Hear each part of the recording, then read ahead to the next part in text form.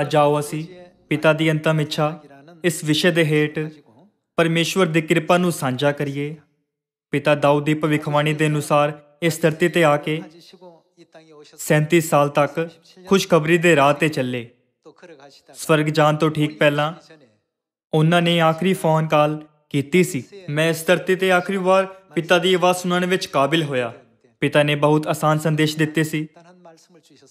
ਇਸ ਤੋਂ ਵੱਧ ਕੇ ਸਾਨੂੰ ਜੋ ਕਰਨਾ ਚਾਹੀਦਾ ਹੈ ਉਹ ਹੈ ਮਿਹਨਤ ਨਾਲ ਖੁਸ਼ਖਬਰੀ ਦਾ ਪ੍ਰਚਾਰ ਕਰਨਾ। ਮੈਨੂੰ ਉਸ ਮਿਸ਼ਨ ਦੇ ਪ੍ਰਤੀ ਜਗਾ ਕੇ ਉਹਨਾਂ ਨੇ ਫੋਨ ਰੱਖ ਦਿੱਤਾ। ਇਹ ਪਿਤਾ ਦੀ ਆਖਰੀ ਆਵਾਜ਼ ਸੀ ਜੋ ਮੈਂ ਧਰਤੀ ਤੇ ਸੁਣੀ ਸੀ।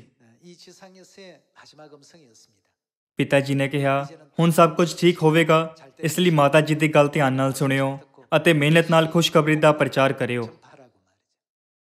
ਕਿਉਂਕਿ ਪਿਤਾ ਨੇ ਸਾਨੂੰ ਹਮੇਸ਼ਾ ਇਹ ਕਿਹਾ ਸੀ ਕਿ ਖੁਸ਼ਖਬਰੀ ਦਾ ਪ੍ਰਚਾਰ ਸਾਮਰੀਆ ਵਿੱਚ ਅਤੇ ਧਰਤੀ ਦੀ ਹੱਦ ਤੱਕ ਕੀਤਾ ਜਾਵੇਗਾ। ਇਸ ਲਈ ਮੈਂ ਹਮੇਸ਼ਾ ਉਹਨਾਂ ਸ਼ਬਦਾਂ ਨੂੰ ਆਪਣੇ ਮਨ ਵਿੱਚ ਰੱਖਿਆ ਅਤੇ ਮੈਨੂੰ ਵਿਸ਼ਵਾਸ ਹੈ ਕਿ ਪਿਤਾ ਦੇ ਸਵਰਗ ਜਾਣ ਤੋਂ ਪਹਿਲਾਂ ਜਦੋਂ ਤੱਕ ਅਸੀਂ ਸਖਤ ਮਿਹਨਤ ਕਰੀਏ, ਪਿਤਾ ਨੇ ਸਭ ਕੁਝ ਠੀਕ ਹੋਣ ਦੇਣ ਦੇ ਲਈ ਸੰਭਵ ਕਰਾਇਆ।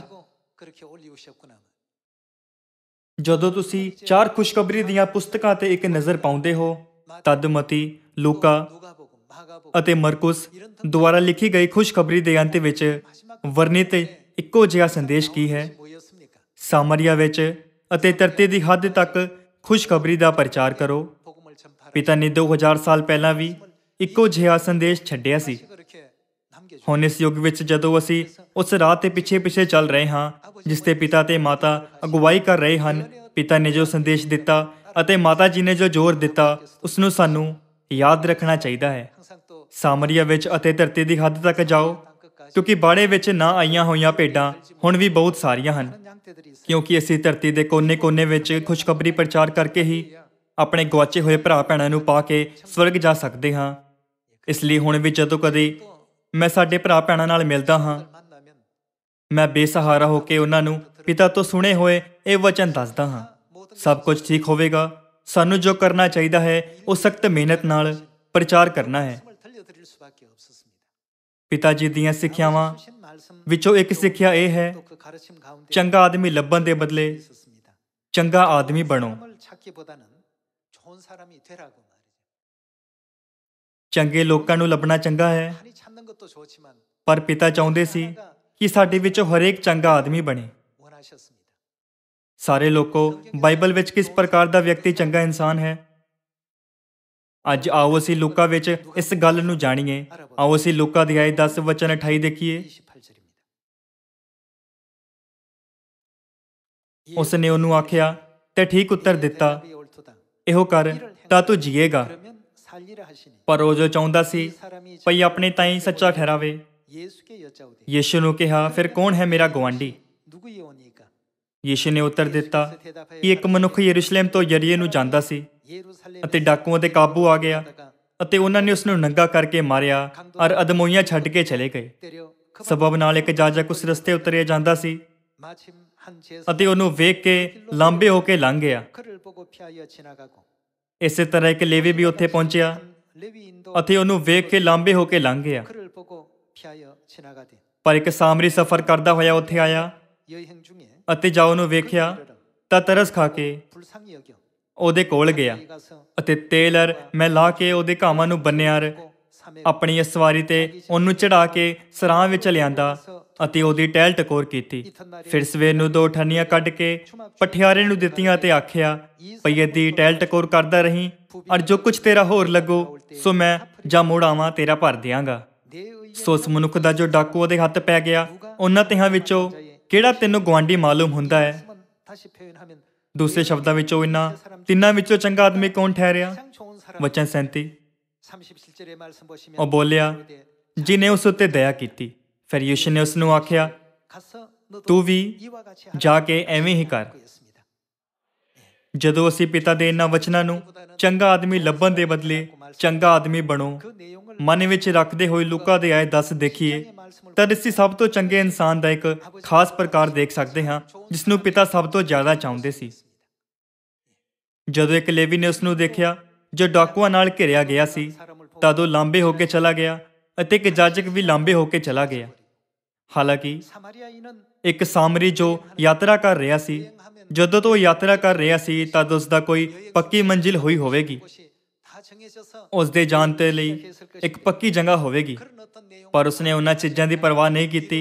물리치고 ਉਸਨੇ ਸਭ ਕੁਝ ਇੱਕ ਪਾਸੇ ਕਰਕੇ ਸਭ ਤੋਂ ਪਹਿਲਾਂ 을 살리고 ਜਾਨ ਬਚਾਉਣ ਦਾ ਖਰਚਾ 이 일에 ਮਰਜ਼ੀ ਨਾਲ ਚੁੱਕਿਆ। 그 비용을 사용했던 것입니다. ਯੀਸ਼ੂ ਨੇ ਪੁੱਛਿਆ, ਸੋ ਉਸ ਮਨੁੱਖ ਦਾ ਜੋ ਡਾਕੂਆਂ ਦੇ ਹੱਥ ਪੈ ਗਿਆ, ਉਹਨਾਂ ਤਿਹਾਂ ਵਿੱਚੋਂ ਕਿਹੜਾ ਤੇਰਾ ਗੁਆਂਢੀ ਮਾਲੂਮ ਹੁੰਦਾ ਹੈ? ਦੂਸਰੇ ਸ਼ਬਦਾਂ ਵਿੱਚੋਂ ਇਹਨਾਂ ਤਿੰਨਾਂ ਵਿੱਚੋਂ ਸਭ ਤੋਂ ਚੰਗਾ ਕੌਣ ਠਹਿਰਿਆ? ਜੇਕਰ ਅਸੀਂ ਚੰਗੇ ਆਦਮੀ ਨੂੰ ਚੁਣੀਏ ਤਦ ਉਹ ਤੀਸਰਾ ਵਿਅਕਤੀ ਅਰਥਾਤ ਸਾਮਰੀ ਹੋਵੇਗਾ, ਹੈ ਨਾ?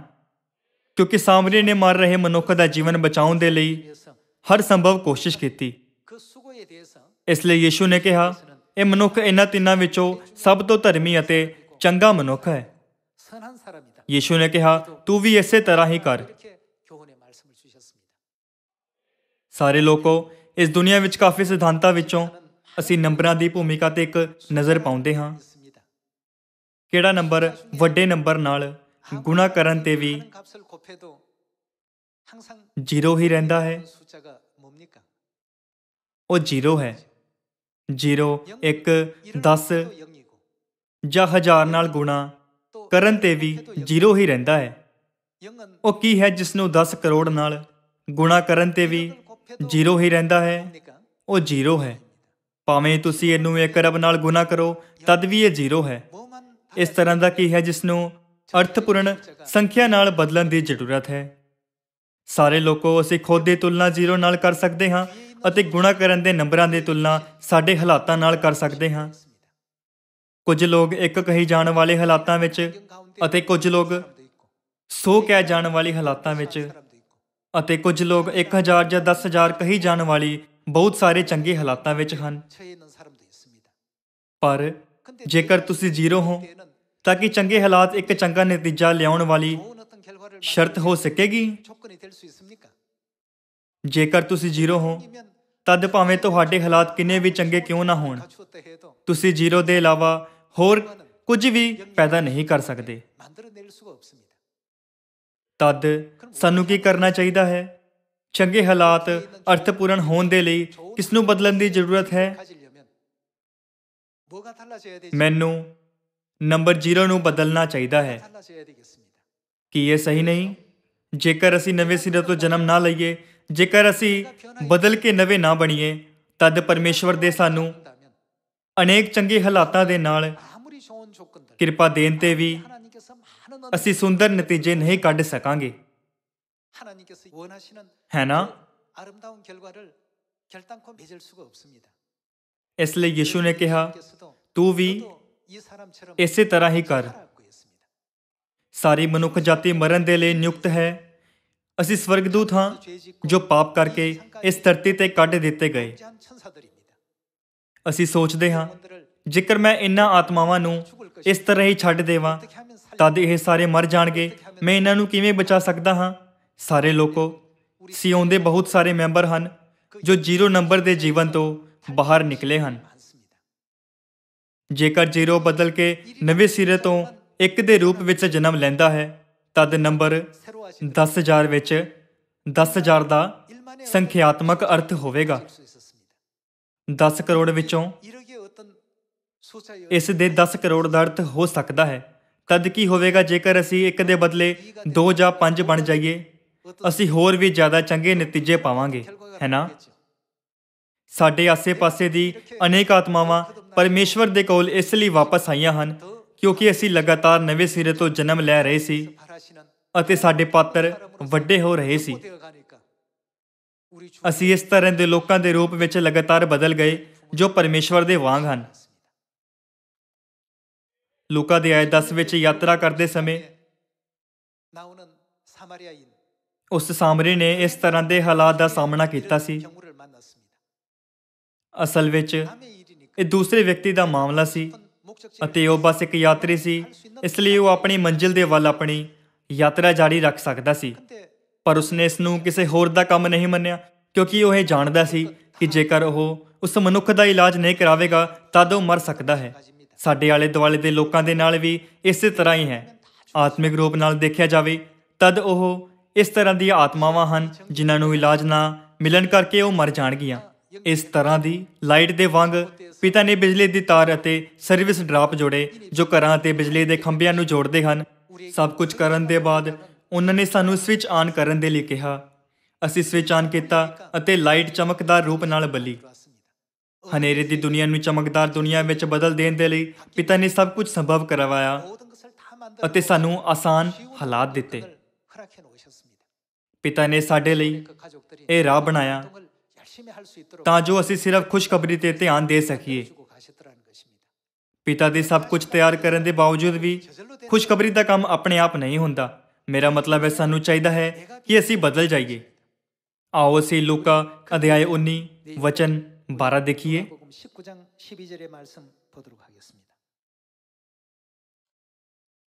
ਸੋ ਉਸਨੇ ਆਖਿਆ ਕਿ ਇੱਕ ਅਮੀਰ ਦੂਰ ਦੇਸ਼ ਨੂੰ ਗਿਆ ਜੋ ਆਪਣੇ ਲਈ ਪਾਤਸ਼ਾਹੀ ਲੈ ਕੇ ਮੁੜ ਆਵੇ, ਅਤੇ ਉਸਨੇ ਆਪਣੇ 10 ਨੌਕਰਾਂ ਨੂੰ ਸੱਦ ਕੇ ਉਹਨਾਂ ਨੂੰ 10 ਅਸ਼ਰਫੀਆਂ ਦਿੱਤੀਆਂ ਅਤੇ ਉਹਨਾਂ ਨੂੰ ਕਿਹਾ, ਜਦ ਤੀਕਰ ਮੈਂ ਨਾ ਆਵਾਂ ਤੁਸੀਂ ਵਣਜ ਵਪਾਰ ਕਰੋ। ਪਰ ਉਹਦੇ ਸ਼ਹਿਰ ਦੇ ਰਹਿਣ ਵਾਲੇ ਉਸ ਨਾਲ ਵੈਰ ਰੱਖਦੇ ਸਨ ਅਤੇ ਉਹਦੇ ਪਿੱਛੇ ਕਾਸਦਾਂ ਦੀ ਜਵਾਨੀ ਕਹਾ ਭੇਜਿਆ, ਭਈ ਅਸੀਂ ਨਹੀਂ ਚਾਹੁੰਦੇ ਜੋ ਇਹ ਸਾਡੇ ਉੱਤੇ ਰਾਜ ਕਰੇ। ਇਉਂ ਹੋਇਆ ਕਿ ਜਾਓ ਪਾਤਸ਼ਾਹੀ ਲੈ ਕੇ ਮੁੜ ਆਇਆ ਤਾਂ ਉਹਨੇ ਨੌਕਰਾਂ ਨੂੰ ਜਿਨ੍ਹਾਂ ਨੂੰ ਉਸਨੇ ਰੁਪਏ ਦਿੱਤੇ ਸਨ ਸੱਦਣ ਦਾ ਹੁਕਮ ਦਿੱਤਾ ਤਾਂ ਜੋ ਮਾਲੂਮ ਕਰੇ।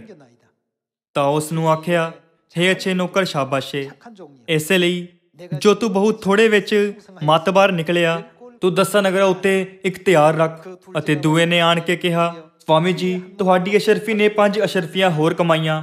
ਤਾਂ ਉਸਨੇ ਉਹਨੂੰ ਵੀ ਆਖਿਆ ਕਿ ਤੂੰ ਵੀ 5 ਨਗਰਾਂ ਉੱਤੇ ਹੋ। ਅਤੇ ਹੋਰ ਨੇ ਆਣ ਕੇ ਕਿਹਾ, ਸਵਾਮੀ ਜੀ, ਵੇਖੋ ਇਹ ਤੁਹਾਡੀ ਅਸ਼ਰਫੀ ਹੈ ਜਿਹਨੂੰ ਮੈਂ ਰੁਮਾਲ ਵਿੱਚ ਰੱਖ ਛੱਡਿਆ ਹੈ। ਇਸ ਲਈ ਜੋ ਮੈਂ ਤੁਹਾਤੋਂ ਡਰਿਆ ਕਿਉਂ ਜੋ ਤੁਸੀਂ ਕਰੜੇ ਆਦਮੀ ਹੋ। ਜੋ ਤੁਸੀਂ ਨਹੀਂ ਧਰਿਆ ਸੋ ਚੁੱਕਦੇ ਅਤੇ ਜੋ ਨਹੀਂ ਬੀਜਿਆ ਸੋ ਵੱਢਦੇ ਹੋ। ਉਹਨੇ ਉਸ ਨੂੰ ਆਖਿਆ, ਓਏ ਦੁਸ਼ਟ ਨੌਕਰ, ਮੈਂ ਤੈਨੂੰ ਤੇਰੇ ਹੀ ਮੂੰਹੋਂ ਦੋਸ਼ੀ ਠਹਿਰਾਉਂਦਾ ਹਾਂ ਤੇ ਮੈਨੂੰ ਜਾਣਿਆ ਜੋ ਮੈਂ ਕਰੜਾ ਆਦਮੀ ਹਾਂ ਅਤੇ ਜੋ ਮੈਂ ਨਹੀਂ ਧਰਿਆ ਸੋ ਚੁੱਕਦਾ ਹਾਂ ਔਰ ਜੋ ਨਹੀਂ ਬੀਜਿਆ ਸੋ ਵੱਢਦਾ ਹਾਂ। ਫਿਰ ਤਾਂ ਮੇਰੇ ਰੁਪਏ ਸ਼ਰਾਫ ਦੀ ਹੱਟੀ ਕਿਉਂ ਨਾ ਰੱਖੇ ਜੋ ਮੈਂ ਆਣ ਕੇ ਉਹਨਾਂ ਨੂੰ ਵਿਆਹ ਸੁਦਾ ਲੈਂਦਾ। ਅਤੇ ਉਸਨੇ ਉਹਨਾਂ ਨੂੰ ਜਿਹੜੇ ਕੋਲ ਖੜੇ ਸਨ ਆਖਿਆ, ਅਸ਼ਰਫੀ ਉਸ ਕੋਲੋਂ ਲੈ ਲਓ ਤੇ ਜਿਸ ਕੋਲ 10 ਅਸ਼ਰਫੀਆਂ ਹਨ ਉਹਨੂੰ ਦਿਓ। ਤਾਂ ਉਹਨਾਂ ਉਸ ਨੂੰ ਕਿਹਾ, ਸਵਾਮੀ ਜੀ, ਉਹਦੇ ਕੋਲ 10 ਅਸ਼ਰਫੀਆਂ ਹਨ। ਮੈਂ ਤੁਹਾਨੂੰ ਆਖਦਾ ਹਾਂ ਭਈ ਜਿਸ ਕਿਸੇ ਕੋਲ ਕੁਝ ਹੈ ਉਹਨੂੰ ਦਿੱਤਾ ਜਾਵੇਗਾ, ਪਰ ਉਸ ਤੋਂ ਜਿਹਦੇ ਕੋਲ ਨਹੀਂ ਉਸ ਕੋਲ ਜੋ ਉਸ ਦਾ ਹੈ ਸੋ ਵੀ ਲੈ ਲਿਆ ਜਾਵੇਗਾ। ਮੇਰੇ ਇਹਨਾਂ ਵੈਰੀਆਂ ਨੂੰ ਜਿਹੜੇ ਨਹੀਂ ਸੀ ਚਾਹੁੰਦੇ ਭਈ ਮੈਂ ਉਹਨਾਂ ਉੱਤੇ ਰਾਜ ਕਰਾਂ, ਇੱਥੋਂ ਲਿਆਓ ਅਤੇ ਮੇਰੇ ਸਾਹਮਣੇ ਮਾਰ ਸੁੱਟੋ। ਅਸ਼ਰਫੀਆਂ ਦੇ ਦ੍ਰਿਸ਼ਟਾਂਤ ਵਿੱਚ ਇੱਕ ਮਨੁੱਖ ਨੇ ਇੱਕ ਅਸ਼ਰਫੀ ਪਾਈ ਅਤੇ 10 ਹੋਰ ਅਸ਼ਰਫੀਆਂ ਕਮਾਈਆਂ, ਅਤੇ ਦੂਸਰੇ ਨੇ ਇੱਕ ਅਸ਼ਰਫੀ ਪਾਈ ਅਤੇ 5 ਹੋਰ ਅਸ਼ਰਫੀਆਂ ਕਮਾਈਆਂ।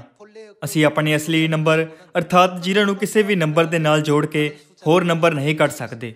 ਪਰ ਇਸ ਤਰ੍ਹਾਂ ਦੇ ਲੋਕ ਸੀ ਜਿਨ੍ਹਾਂ ਨੇ ਇਸ ਨੂੰ 5-10 ਅਸ਼ਰਫੀਆਂ ਵਿੱਚ ਬਦਲ ਦਿੱਤਾ। ਉਹ ਇਸ ਨੂੰ ਕਿਵੇਂ ਬਦਲ ਸਕੇ?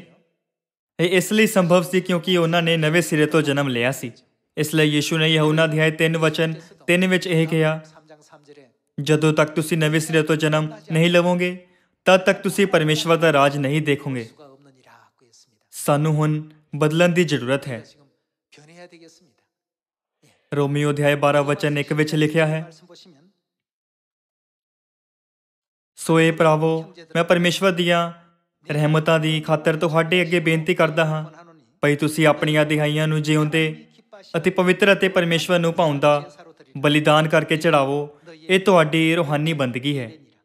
ਵਚਨ 2, ਅਤੇ ਇਸ ਯੁੱਗ ਦੇ ਰੂਪ ਜਿਹੇ ਨਾ ਬਣੋ, ਸਗੋਂ ਕਿ ਆਪਣੀ ਬੁੱਧ ਦੇ ਨਵੇਂ ਹੋਣ ਕਰਕੇ ਹੋਰ ਸਰੂਪ ਵਿੱਚ ਬਦਲਦੇ ਜਾਓ। ਸਾਨੂੰ ਅੱਜ ਉਸ ਤਰ੍ਹਾਂ ਦੇ ਨਹੀਂ ਹੋਣਾ ਚਾਹੀਦਾ ਜਿਵੇਂ ਅਸੀਂ ਕੱਲ੍ਹ ਸੀ। ਸਾਨੂੰ ਬੀਤੇ ਹੋਏ ਕੱਲ੍ਹ ਦੀ ਤੁਲਨਾ ਵਿੱਚ ਅੱਜ ਜ਼ਿਆਦਾ ਪਰਮੇਸ਼ਵਰ ਦੇ ਵਾਂਗ ਹੋਣਾ ਚਾਹੀਦਾ ਹੈ ਅਤੇ ਅੱਜ ਦੀ ਤੁਲਨਾ ਵਿੱਚ ਆਉਣ ਵਾਲੇ ਕੱਲ੍ਹ ਹੋਰ ਜ਼ਿਆਦਾ, ਤਾਂ ਜੋ ਤੁਸੀਂ ਸਿਆਣ ਲਵੋ ਭਾਈ ਪਰਮੇਸ਼ਵਰ ਦੀ ਚੰਗੀ ਅਤੇ ਮਨ ਪਾਉਂਦੀ ਅਤੇ ਪੂਰੀ ਇੱਛਾ ਕੀ ਹੈ। ਪਰਮੇਸ਼ਵਰ ਦੇ ਮਨ ਪਾਉਂਦੀ ਇੱਛਾ ਕੀ ਹੈ? ਜਿਵੇਂ ਅਸੀਂ ਲੂਕਾ ਅਧਿਆਇ 10 ਵਿੱਚ ਦੇਖ ਸਕਦੇ ਹਾਂ, ਪਰਮੇਸ਼ਵਰ ਚਾਹੁੰਦੇ ਹਨ ਕਿ ਅਸੀਂ ਚੰਗਾ ਆਦਮੀ ਬਣੀਏ। ਪਰਮੇਸ਼ਵਰ ਨਹੀਂ ਚਾਹੁੰਦੇ ਕਿ ਅਸੀਂ ਉਹਨਾਂ ਲੇਵੀ ਅਤੇ ਜਾਜਕ ਦੇ ਵਾਂਗ ਬਣੀਏ ਜਿਨ੍ਹਾਂ ਨੇ ਮਰ ਰਹੇ ਮਨੁੱਖ ਨੂੰ ਇਕੱਲਾ ਹੀ ਛੱਡ ਦਿੱਤਾ ਸੀ। ਪਰਮੇਸ਼ਵਰ ਸਾਨੂੰ ਉਸ ਸਾਮਰੀ ਦੇ ਵਾਂਗ ਬਣਨ ਦੇ ਲਈ ਕਹਿੰਦੇ ਹਨ ਤਾਂ ਜੋ ਅਸੀਂ ਮਰ ਰਹੀ ਆਤਮਾਵਾਂ ਦੀ ਦੇਖਭਾਲ ਕਰਕੇ ਉਹਨਾਂ ਨੂੰ ਬਚਾ ਸਕੀਏ। 노력할 줄 아는 이런 인물들이 되라고 했습니다. ਯਿਸੂ ਨੇ ਸਪਸ਼ਟ ਰੂਪ ਨਾਲ ਕਿਹਾ, ਤੂੰ ਵੀ ਇਸੇ ਤਰ੍ਹਾਂ ਹੀ ਕਰ, ਹੈ ਨਾ? ਰੋਮੀਓ ਅਧਿਆਇ 12 ਵਿੱਚ ਪਰਮੇਸ਼ਵਰ ਨੇ ਸਾਨੂੰ ਆਪਣੇ ਸਰੀਰ ਨੂੰ ਜਿਉਂਦਾ ਅਤੇ ਪਵਿੱਤਰ ਅਤੇ ਪਰਮੇਸ਼ਵਰ ਨੂੰ ਪਾਉਂਦਾ ਹੋਇਆ ਬਲੀਦਾਨ ਕਰਕੇ ਚੜਾਉਣ ਦੇ ਲਈ ਕਿਹਾ ਅਤੇ ਕਿਹਾ, ਇਹ ਤੁਹਾਡੀ ਆਤਮਿਕ ਬੰਦਗੀ ਹੈ। ਸਾਡੀ ਭੂਮਿਕਾ ਅਤੇ ਮੂਲ ਕਾਲ ਦੇ ਵਾਂਗ ਜ਼ੀਰੋ ਹੀ ਰਹਿਣਾ ਨਹੀਂ ਚਾਹੀਦਾ, ਪਰ ਇੱਕ ਵਿੱਚ ਅਤੇ ਫਿਰ ਦੋ ਵਿੱਚ ਅਤੇ ਫਿਰ ਤਿੰਨ ਵਿੱਚ ਬਦਲ ਜਾਣਾ ਚਾਹੀਦਾ ਹੈ। ਜੇਕਰ ਤੁਸੀਂ 100 ਬਣ ਜਾਓ, ਤਦ ਕਿਸੇ ਵੀ ਹਾਲਾਤ ਤੁਹਾਡੇ ਪਿੱਛੇ ਹੋਣ ਤੇ ਵੀ ਤੁਸੀਂ 1000 ਜਾਂ 10,000 ਬਣ ਸਕਦੇ ਹੋ। ਇਸ ਲਈ ਅੱਜ ਮੈਂ ਪਿਤਾ ਦੇ ਇਹਨਾਂ ਵਚਨਾਂ ਤੇ ਇੱਕ ਹੋਰ ਵਾਰ ਵਿਚਾਰ ਕਰਦਾ ਹਾਂ। ਚੰਗਾ ਆਦਮੀ ਲੱਭਣ ਦੇ ਬਦਲੇ ਸਭ ਤੋਂ ਪਹਿਲਾਂ ਚੰਗਾ ਆਦਮੀ ਬਣੋ। ਆਓ ਅਸੀਂ ਦਿਆਲੂ ਸਾਮਰੀ ਦੇ ਵਾਂਗ ਇਸ ਤਰ੍ਹਾਂ ਦੇ ਚੰਗੇ ਲੋਕ ਬਣੀਏ, ਜਿਨ੍ਹਾਂ ਨੂੰ ਗਲੋਬਲ ਪਿੰਡ ਵਿੱਚ 7.7 ਅਰਬ ਲੋਕਾਂ ਤੇ ਤਰਸ ਆਉਂਦਾ ਹੈ ਅਤੇ ਉਹਨਾਂ ਨੂੰ ਮਿਹਨਤ ਨਾਲ ਖੁਸ਼ਖਬਰੀ ਦਾ ਪ੍ਰਚਾਰ ਕਰਦੇ ਹੋਏ ਤੋਬਾ ਦੇ ਰਾਹ ਤੇ ਲੈ ਆਉਂਦੇ ਹਾਂ ਤਾਂ ਜੋ ਉਹ ਮੁਕਤੀ ਤੱਕ ਪਹੁੰਚ ਸਕੇ। ਮੈਨੂੰ ਆਸ ਹੈ ਕਿ ਅਸੀਂ ਇਸ ਤਰ੍ਹਾਂ ਦੇ ਸੁੰਦਰ ਅਤੇ ਚੰਗੇ ਜੀਵਨ ਜਿਉਣ ਵਿੱਚ ਕਾਬਿਲ ਹੋਵਾਂਗੇ। ਇਸ ਦੇ ਨਾਲ ਮੈਂ ਅੱਜ ਦਾ ਉਪਦੇਸ਼ ਖਤਮ ਕਰਨਾ ਚਾਹੁੰਦਾ ਹਾਂ। ਤੁਹਾਡਾ ਬਹੁਤ ਬਹੁਤ ਧੰਨਵਾਦ।